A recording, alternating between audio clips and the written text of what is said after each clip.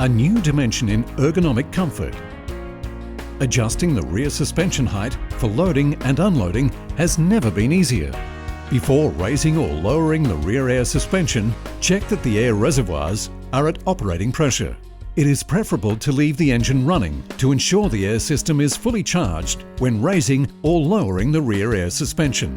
The control panel for the rear air suspension is located on the base of the driver's seat. It can be removed and operated from outside the cabin.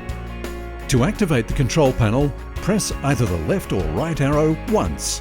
You will notice two small arrows pointing towards the chassis illuminate green, which indicates the control panel is now active and driving ride height is selected. Press the right-hand arrow to select the rear axle raise and lower function. The two large up and down arrows will illuminate red to confirm the selection. Press the down arrow to lower the rear suspension or the up arrow to raise the suspension. Use the stop button to stop the process when the desired height has been reached. There are two memory functions available to store frequently used heights, such as you might encounter at regularly used loading docks.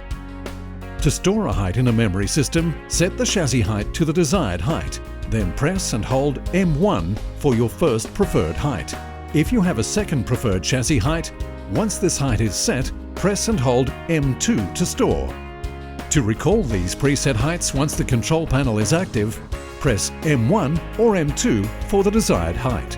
To return to the normal driving ride height, press the left arrow and the two small arrows pointing to the chassis illuminate green to confirm your selection.